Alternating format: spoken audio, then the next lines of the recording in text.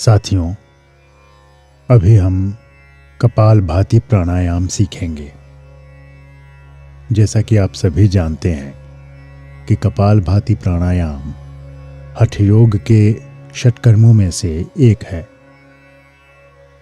कपालभाति प्राणायाम मस्तिष्क के रक्त के जमाव को दूर करने की अति उत्तम प्रक्रिया है। इस क्रिया द्वारा मस्तिष्क के सामने के प्रदेश की शुद्धि होती है।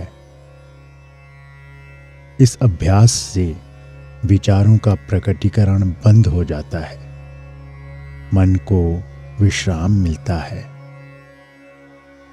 और यह ध्यानाभ्यास की अच्छी प्रस्तावना है। तो आइए कपालभाति प्राणायाम के लिए तैयार हो जाइए। सबसे पहले ध्यान के किसी आसन में बैठिए।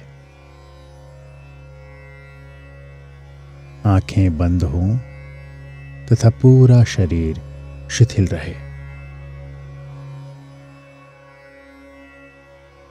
रेचक की प्रमुखता रखते हुए श्वसन क्रिया कीजिए। जैसा कि आप सभी जानते हैं, रेचक हवा को श्वास के दौरान शरीर से बाहर निकालने की क्रियात्मक प्रक्रिया है। भस्त्रिका की भांति पूरक, सहज एवं समकालीन हो।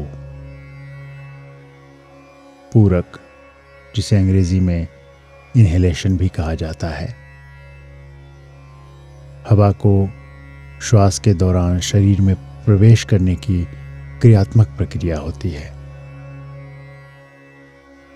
इससे श्वास शक्ति का विस्तार होता है और श्वास के माध्यम से प्राणिक ऊर्जा का संतुलन होता है। केवल रेचक क्रिया में धीरे से बल लगाइए।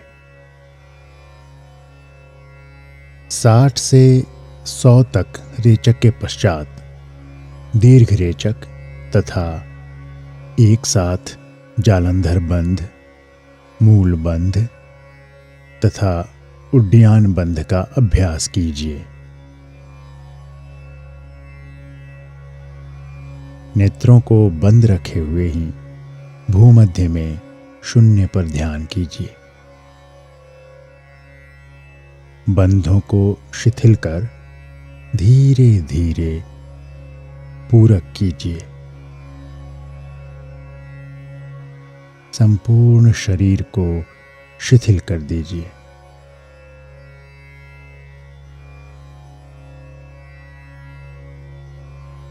यह एक आवृत्ति है और इसकी पुनरावृत्ति 5 बार कीजिए।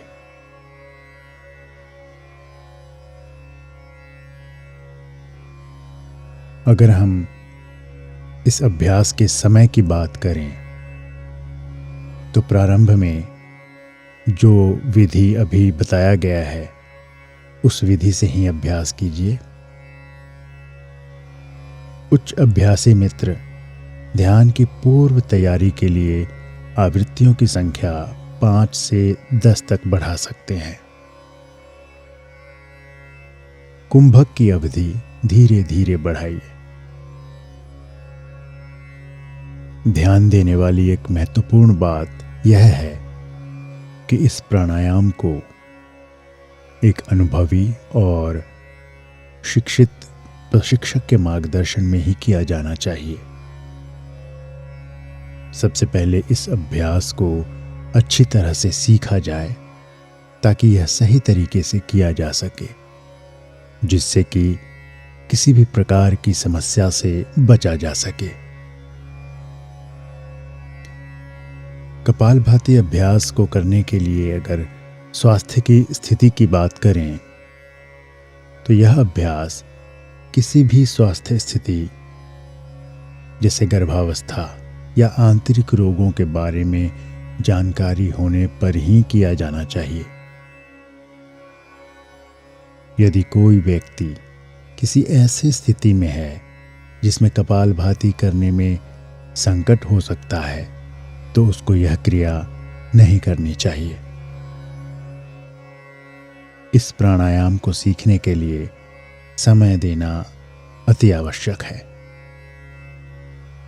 प्रत्येक व्यक्ति को पहले सीखने में समय देना चाहिए और फिर धीरे धीरे और सही तरीके से इस अभ्यास को करना चाहिए।